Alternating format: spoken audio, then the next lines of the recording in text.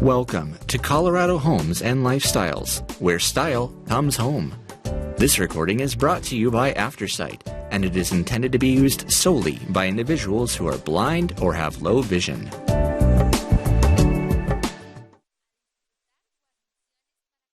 Thank you for joining us for the November-December 2022 issue of Colorado Homes and Lifestyles Cozy Winter Retreats. My name is Jerry Gingras. From the editor, Generosity 365. A friend living in Denver's Park Hill neighborhood told me she and her family have made it a practice to eat at a neighborhood restaurant once a week plus one night of takeout. They want to help support struggling local restaurants. She reminded me, we can all afford to be more generous. And the truth of her words stuck, including the non-material ways we can help, giving compliments, smiles, and our time. Shauna Gilbert did just that when she started The Sweetest Bean with Denver childhood friend Laura Lind. A filmmaker, Gilbert originally went to Uganda to make a documentary, but when she discovered the vanilla farming industry, she saw how it could provide education and jobs for the community. Now, her product, made from organically farmed beans, is some of the best tasting and socially conscious vanilla on the market. So time to stock up for holiday baking. Read about The Sweetest Bean on page 47. In our November-December issue, we like to show homes in snow. We live in Colorado, after all. This year it was a coincidence that all our snowy homes are in Telluride. Join us in checking out these stylish high country retreats. And for holiday gift shopping, why not think local? We've compiled a wide-ranging guide of Colorado products to inspire you. Looking for gifts that give year-round? Colorado Gives Day, our state's largest 24-hour giving event, has raised more than $262 million since beginning in 2010. Key dates are November 1st, when early giving begins, and December 6th, Colorado Gives Day. coloradogives.org. Wishing you a very merry holiday season, Darla Worden, Editor-in-Chief. The Sweet Spot. Story by Rebecca Gart. Two Denverites changed the face of the vanilla industry by farming with humanity and grace. Coloradan Shauna Gilbert moved to Uganda in 2005 at age 31 to make a documentary film. What happened over the next 7 years led her to the vanilla farming industry, where she subsequently helped a group of street kids find sustainable work in a suffering country.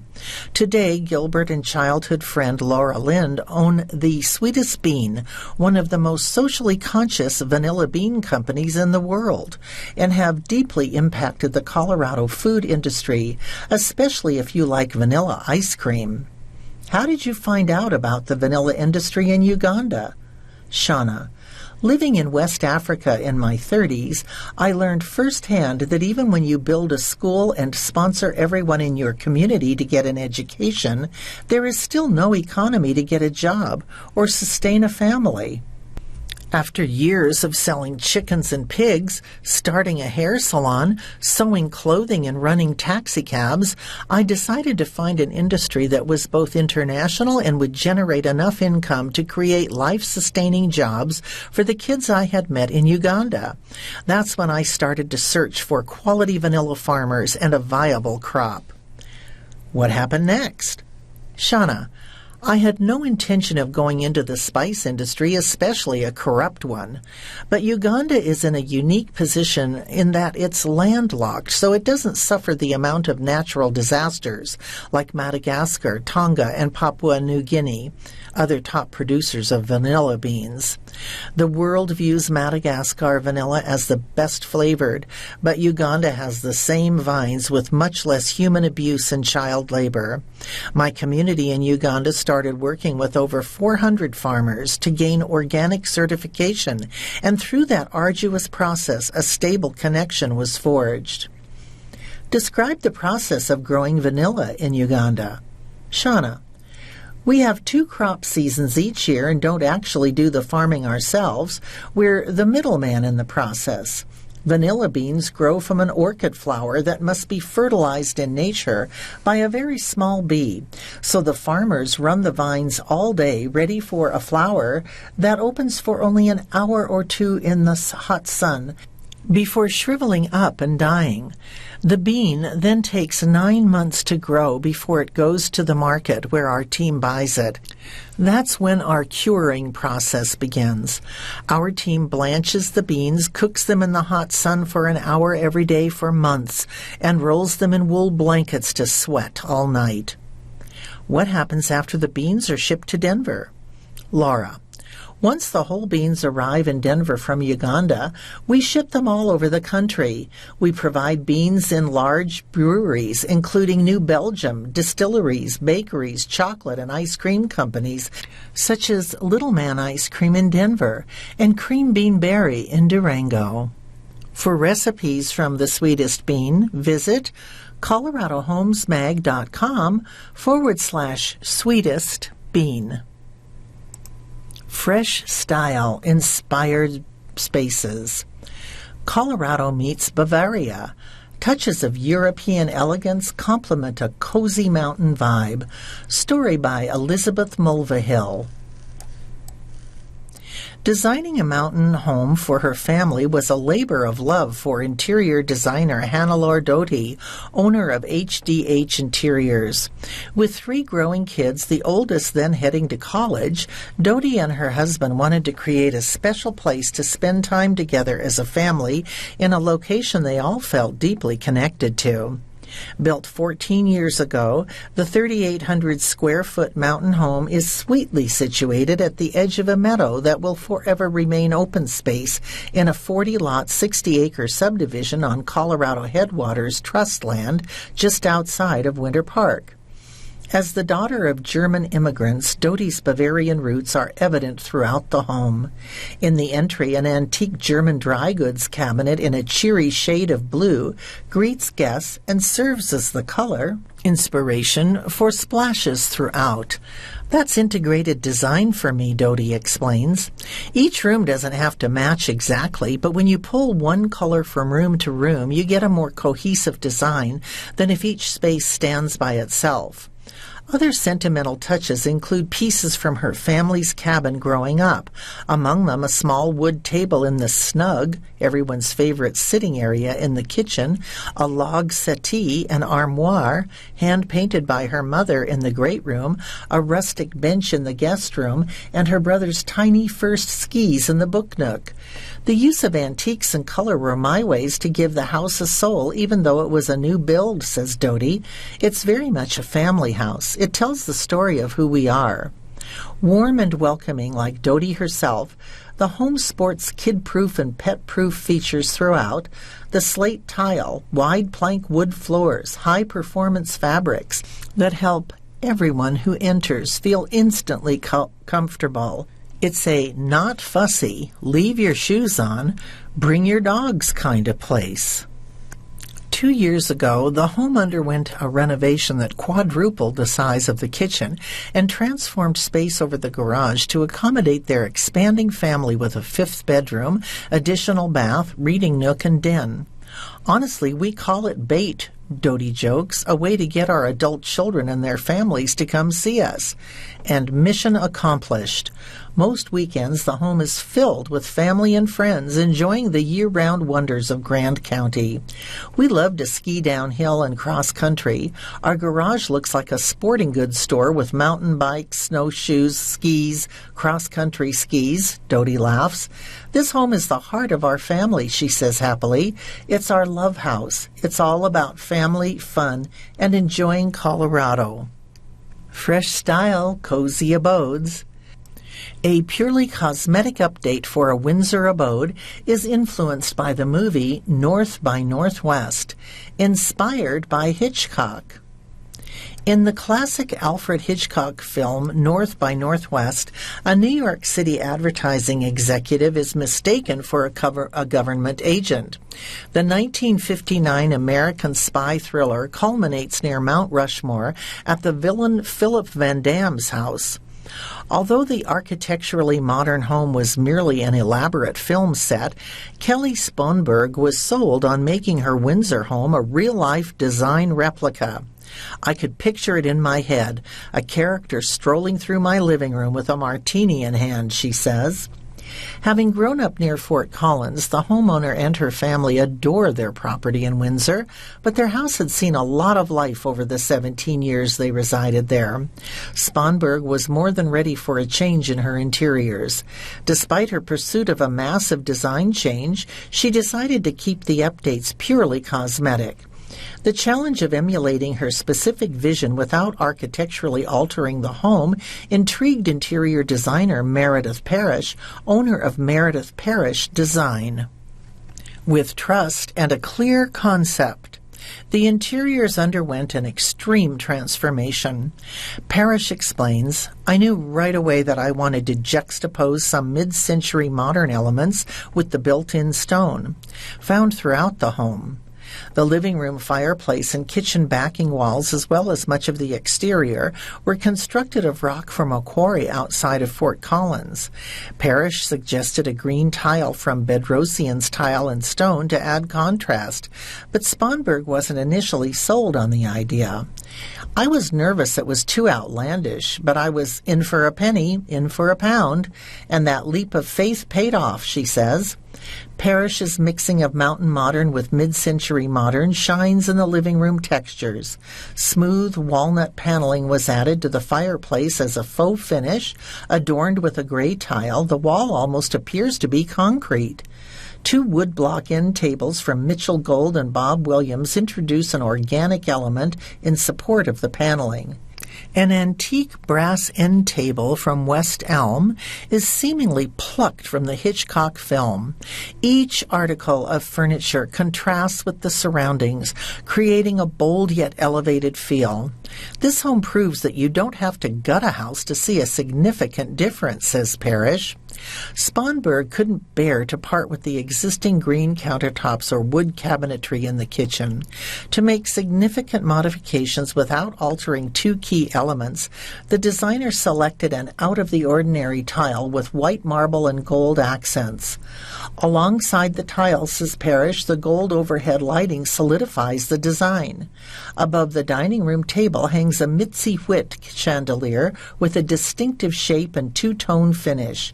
You wouldn't find this lighting in a mountain home, says Sponberg, but that's what I love about it. According to the owner, the design perfectly emulates Hitchcock while paying homage to the beloved film. A traditional Telluride Swiss chalet is renovated to bring the outside in. Mountain Perfection. Story by Rebecca Gart. God had given us the most beautiful painting. We just needed to frame it properly. So says Ken Newberry, founder and project architect of Newberry Architecture in Houston, who took a gamble and decided to blow out an entire wall of a 1990s-era Telluride home to make room for a view. The venture paid off. Opening up the wall could potentially increase the home's value by $1 million or more, according to Newberry, and made a family of 5 from Texas extremely happy with an updated Swiss chalet with a jaw-dropping vista.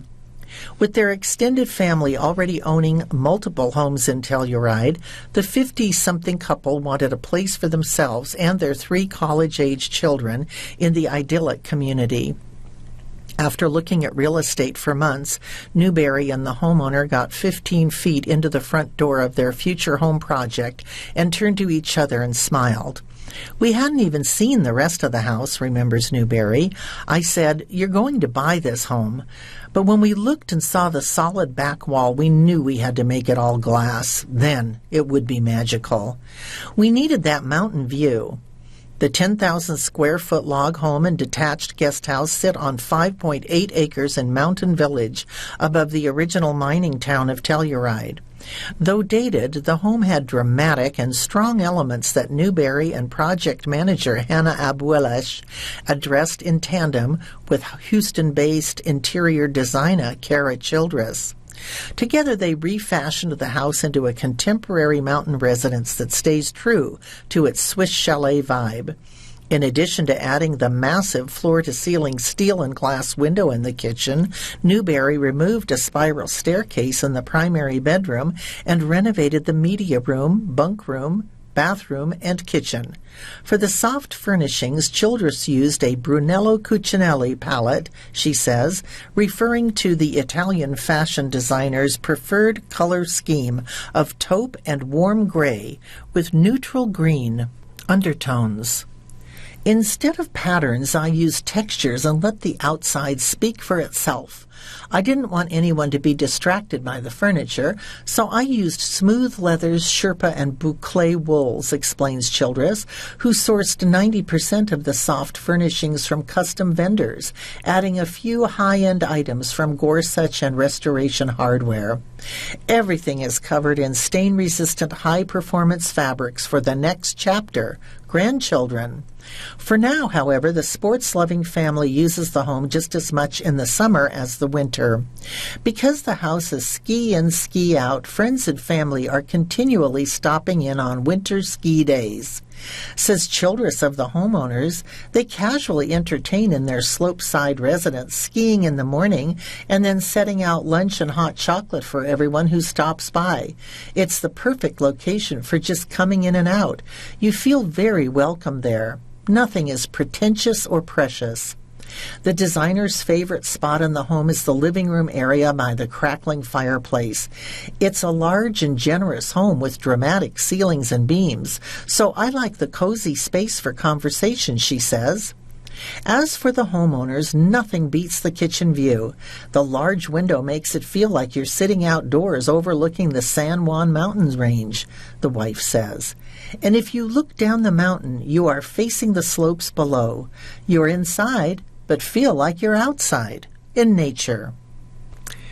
From its breathtaking eyrie on a Telluride mountainside, an innovative contemporary house takes in the glorious panoramic views.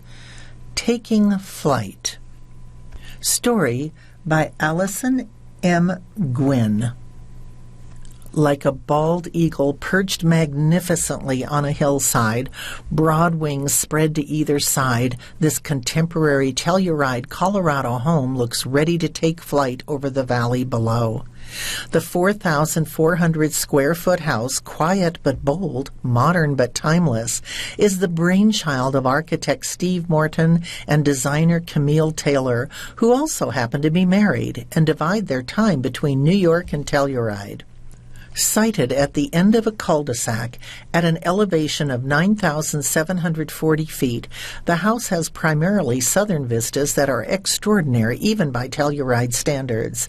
Its low-slung horizontal shape, in fact, was driven largely by the desire to maximize the incredible views from all of the living spaces and bedrooms, Morton says. Every room in the house, aside from the garage and mudroom, frames the amazing panorama with operable glass walls running the length of the living and dining areas and opening to the patio.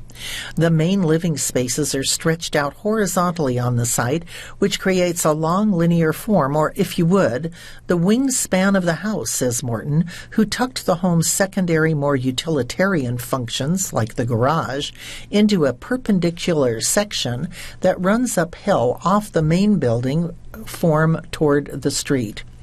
It was only as his design for the house evolved functionally into a T, he says, that it started to feel like it wanted to fly. It had an aeronautical feel. That notion was reinforced on a visit to the client's home in Tempe, Arizona. They had this beautiful painting of a soaring eagle, and I made the connection, says Morton. It was like, oh my God, this is just like the house.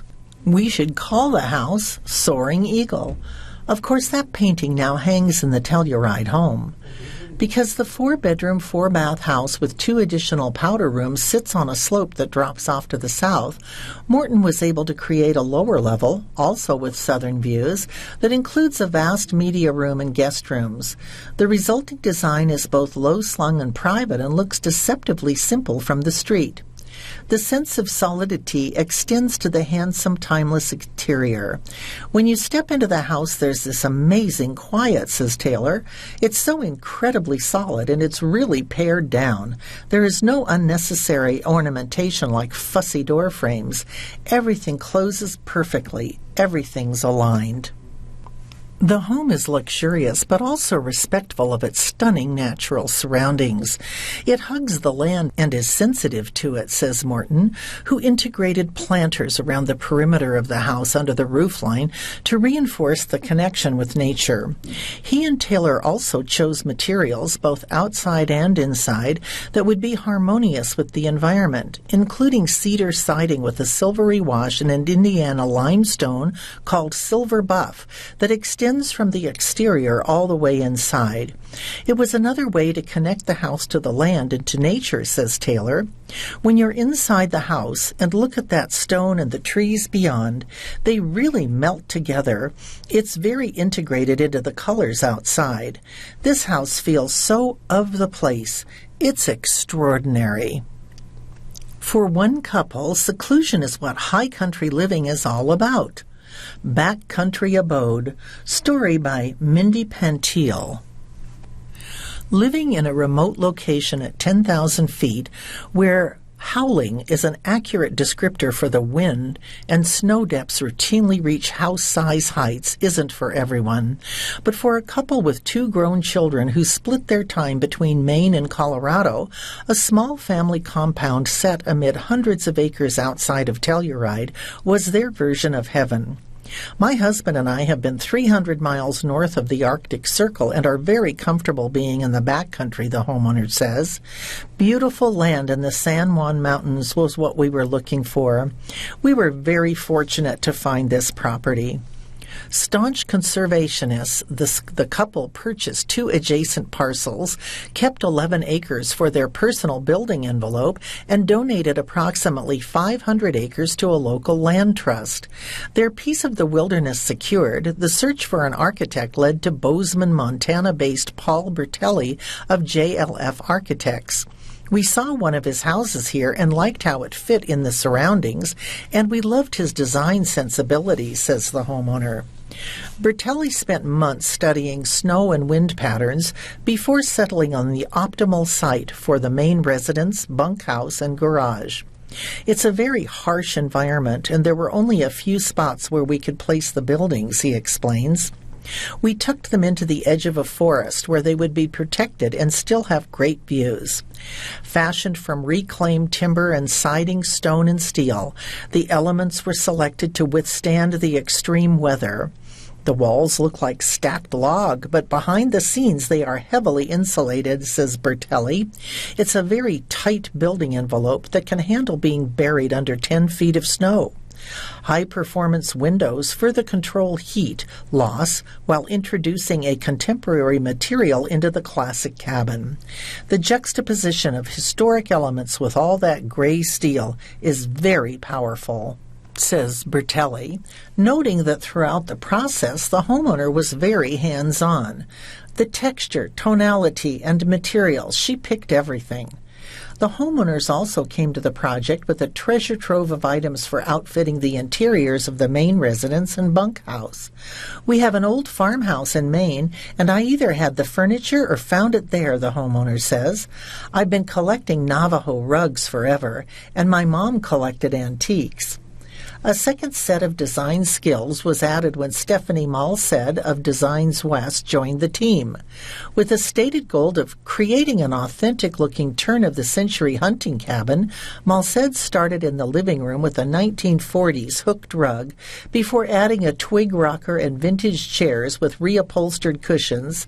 Past and present collide in the kitchen, where a refurbished wood-burning stove and a state-of-the-art Lacanche range face off across an expanse of windows framing views of the Wilson Range. Elsewhere, an old dresser retrofitted with a zinc basin for the powder guest bathroom and a restored cherrywood 4-poster bed in the primary bedroom contribute to the additive decorating concept. In the bunkhouse, which gets heavy use during a hunting season, a combination of traditional and bunk beds reside in a welcoming Americana setting. The use of red, white, and blue is whimsical and understated, says Malsed, who mixed quilts and vintage furnishings to continue the collected feel. Looking at the big picture, there's no question that location was an important consideration. We can hike right out the front gate and into the wilderness, enthuses the homeowner, but the architect surmises there is something else going on with the homeowner's choice of place. The best architects recognize the personalities of the people they are working for, and this residence is like a comfortable old coat she has had her whole life, says Bertelli. It suits her and her family perfectly. Thank you for joining us for the Colorado Homes and Lifestyles Cozy Winter Retreats issue. My name is Jerry Gingras. You've been listening to Colorado Homes and Lifestyles, where style comes home. If you enjoyed this program, please register for our free services at www.aftersight.org or by calling 303-786-7777.